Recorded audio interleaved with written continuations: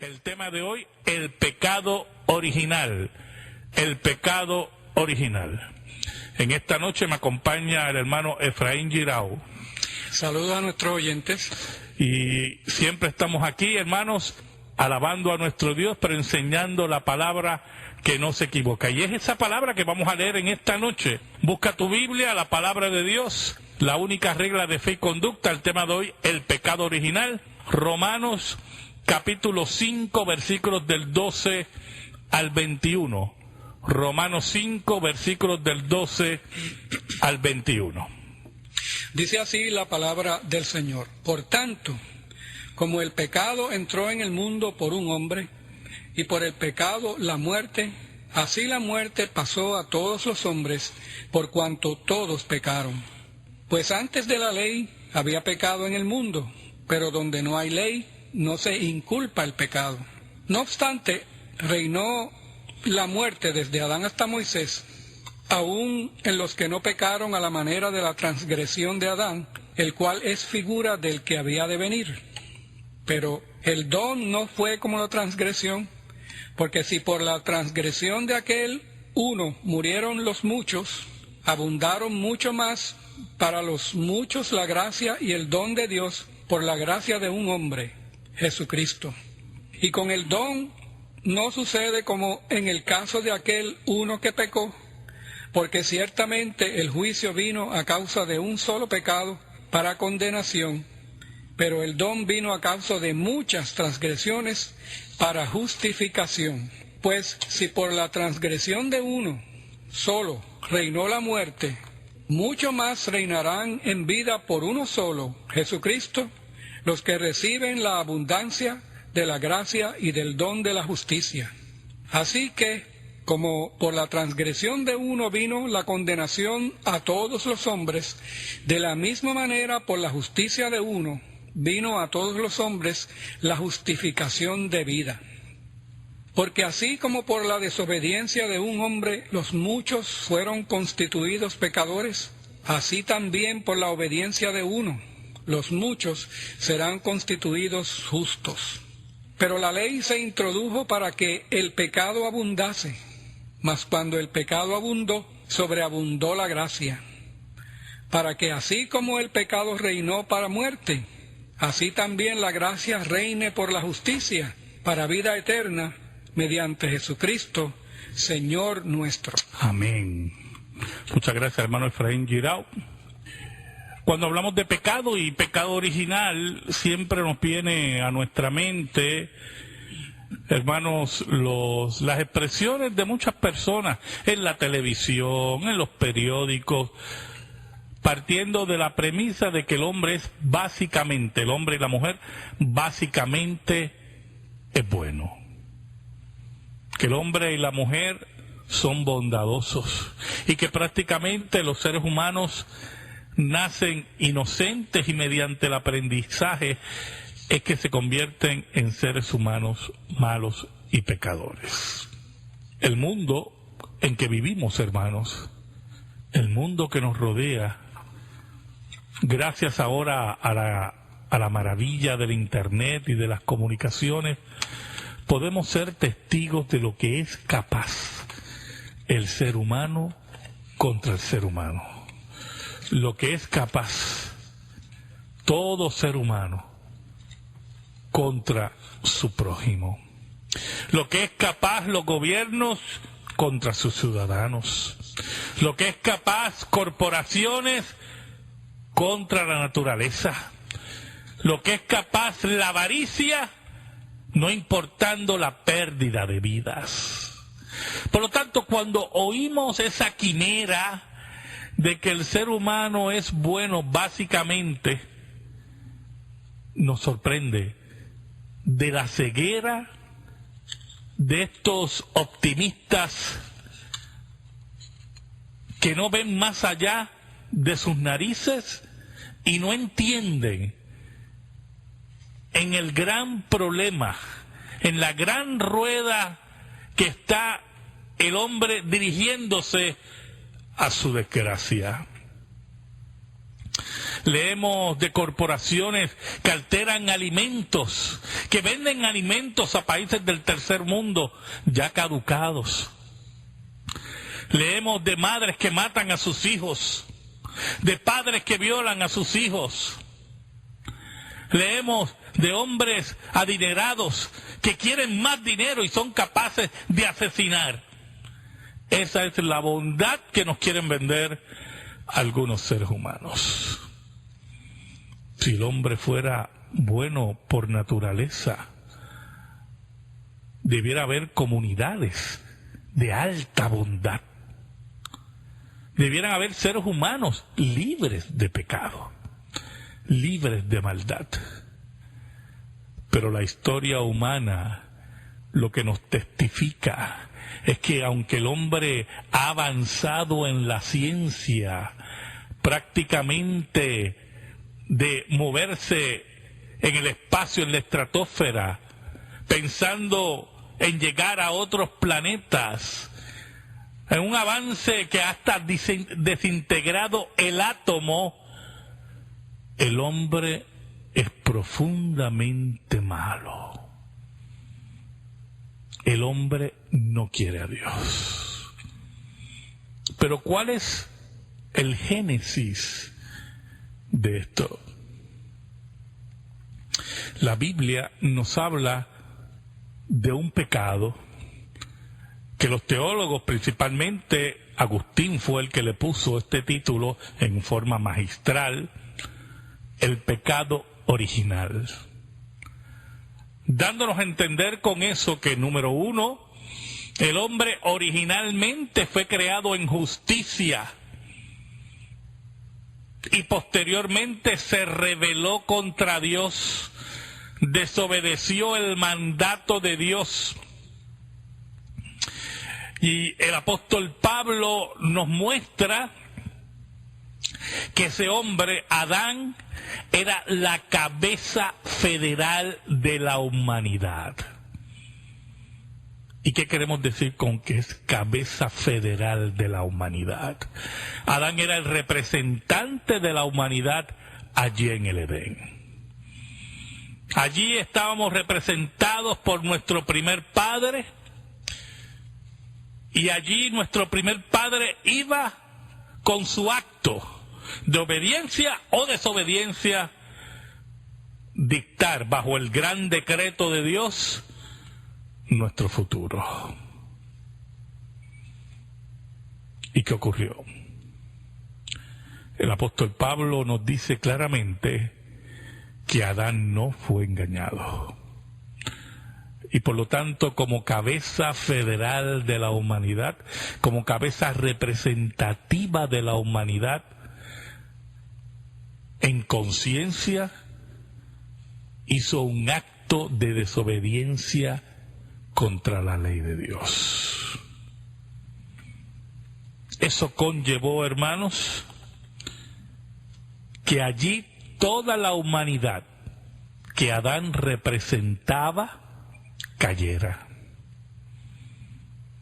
Que toda la humanidad fuera culpable del pecado, por representación de Adán. En teología hablamos de representación y de realismo. Un padre de la iglesia, Tertuliano, creía que en Adán estaba toda la humanidad, en forma realista. Pero los textos bíblicos los que nos da a entender que más allá de ser realista, en el sentido como si estuviéramos allí presentes, más bien Adán era nuestro representante, la cabeza federal de la humanidad.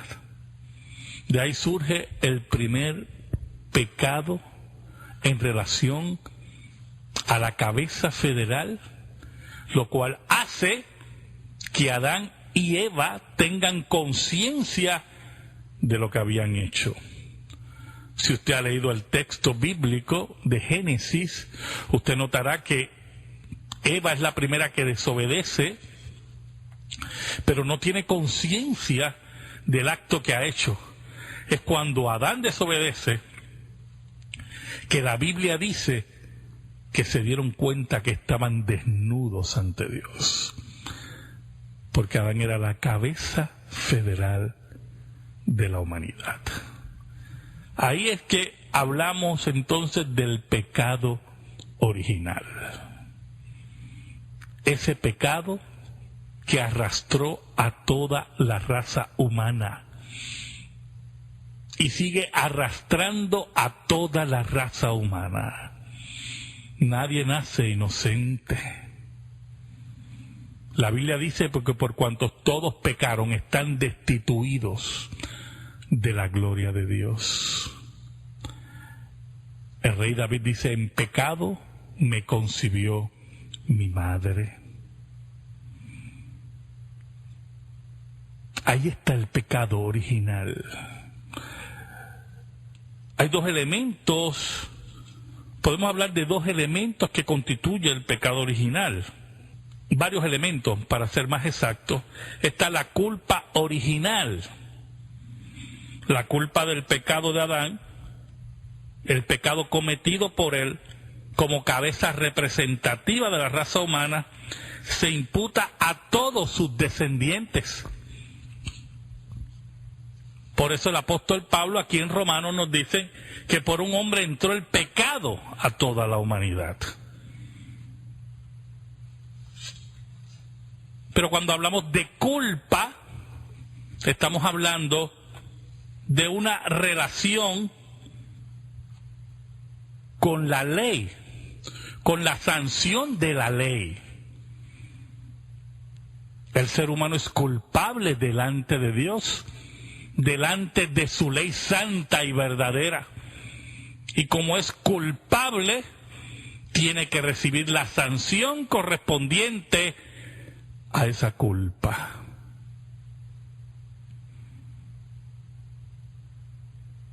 Esa es parte del pecado original. Está la corrupción original, hermanos. ¿Y qué queremos decir con la corrupción original? Es que la Biblia, el concepto bíblico de la corrupción, es que el hombre en sí ya tiene disponibilidad hacia el pecado desde que nace. Está corrompido por el pecado. Y su disponibilidad está presente todos los días. Y la misma se va desarrollando. Y la misma se va aprendiendo. Y la misma se va perfeccionando. Por eso que usted ve hombres maquiavélicos que son sumamente inteligentes y en su corrupción hacen grandes planes de fraudes y de pecados, porque el pecado original no solamente trae la culpa, sino también la corrupción. Esa corrupción no es una enfermedad, ¿oyó? Es pecado. Actos deliberales contra Dios. Y esto nos habla de la total depravación del hombre como tercer aspecto. Esto significa que el hombre está enteramente depravado. Lo que queremos decir con esto es que al hombre no le importa la ley de Dios. No le importa los hechos de Dios. Significa que el hombre, como dice un teólogo, no admire con frecuencia el carácter y las acciones virtuosas, sino que todo lo contrario, es desinteresado.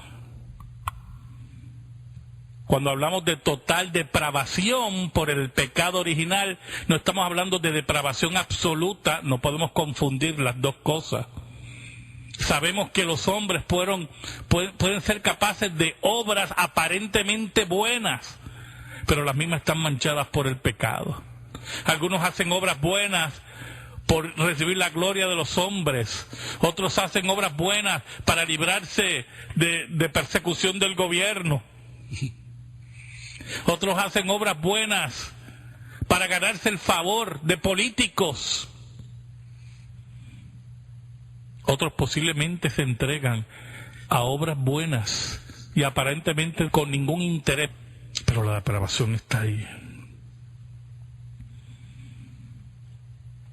Esto hace que el hombre esté totalmente incapacitado para buscar a Dios. Nosotros estamos viendo todo el tiempo que el pecado original se sigue desparramando y multiplicándose, porque la culpa y la corrupción está sobre todos los hombres. No hay ningún hombre inocente, amigo y amiga que me escuchas. Muchos han negado la existencia del pecado original. Hubo un hombre para el siglo IV, entre el siglo IV y el siglo V, Pelagio, y Pelagio negaba el pecado original. Decía que el hombre nacía neutral, con la capacidad de ser bueno, pero la educación y las formas que era educado, criado, los ejemplos, lo hacían corromperse. Por lo tanto, el hombre, si se alejaba de esas cosas, tenía la capacidad de ser un hombre y una mujer buena. Y de ahí surge la base posteriormente para las vidas monásticas, en el sentido, porque no se puede negar el que niegue eso, ¿verdad? Históricamente hubo también muchos beneficios en la vida monástica, ¿oyó? La preservación de muchos clásicos, gracias al trabajo de los monjes, pero el énfasis de alejarse del mundo con un pensamiento peregrino de librarse del pecado viene por influencia del pelagianismo y del semipelagianismo, que negaba el pecado original. Pero amigos y amigas que me escuchan, como hemos leído en Romanos 5, eso no tiene ninguna base bíblica. Pero sería bueno leer otros versículos.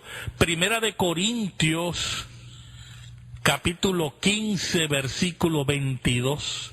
Mire cómo dice 1 Corintios 15, 22. Porque así como en Adán todos mueren, también en Cristo todos serán vivificados. Mire qué interesante lo que dice el apóstol Pablo. En Adán todos mueren. La muerte como castigo del pecado pasó de Adán a todos sus descendientes. Cuando Dios le dice a ellos, a la primera pareja, y le dice: no tomen y no me desobedezcan, y no tomen del árbol de la ciencia del bien y del mal, porque el día que tomen morirán. Habla de dos aspectos de la muerte espiritual y la muerte física. La muerte física que tanto dolor nos trae, cuando nos arranca de nuestro lado a nuestros familiares, a nuestros hijos, a nuestras madres. ¿Sabe? Cuando leemos en el pasaje de Juan que Cristo se acerca a la tumba de Lázaro,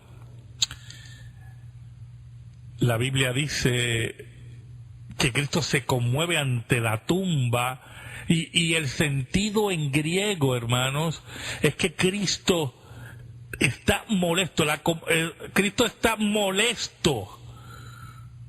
O sea, cuando dice que se conmueve, el sentido que hay en el original es que Cristo está indignado ante la muerte que se llevó a su amigo. La muerte que es paga por el pecado. El pecado original. Por eso que cuando oímos personas que no creen en el pecado original, y usted les ve que siguen envejeciendo y muriéndose. Oiga, usted no cree en el pecado original y cada día usted va muriendo. Por eso que el pelagianismo fue condenado por la Iglesia. Y aunque muchas veces ha tratado de levantar su cabeza negando la doctrina paulina y agustiniana y posteriormente a la doctrina de los reformadores, siempre tiene que ser señalado como falso. Pasamos a la sección de la pregunta bíblica. Tenemos una pregunta por aquí que es pertinente para este tema. La pregunta dice: ¿es capaz librarse el hombre en el día de hoy del pecado original? Bueno, hermano, la teología católica romana enseña que con el agua bautismal derramada a los niños se quita el pecado original. Lamentablemente la Escritura no dice nada de eso en ningún sitio. Hablar de la renovación bautismal o la regeneración bautismal fue uno de los errores de algunos padres de la Iglesia, de los cuales se recoge posteriormente y se desarrolla en la teología católica. Otras teologías, que no necesariamente tienen que ser católicas, niegan la existencia del pecado original. Por lo tanto, la pregunta también gira alrededor si es capaz el hombre de llegar a un grado de santificación en esta vida, el cual hace que el hombre deje de pecar. Lamentablemente, la Biblia no dice eso. La teología católica romana enseña que María fue librada del pecado, librada de pecar. Pero tampoco la Escritura enseña eso.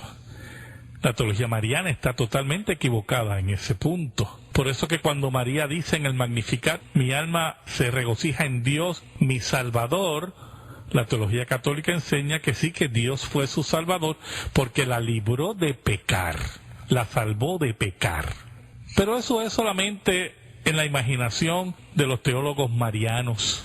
La Biblia es clara que todo aquel que nace culpable y con la corrupción del pecado. Y por lo tanto no hay forma de librarte de esta corrupción en esta vida. Los creyentes que han aceptado a Cristo como su único Salvador personal por el llamado irresistible de Dios, el llamado interno, tienen una lucha continua, y por eso Lutero hablaba de justos y pecadores al mismo tiempo.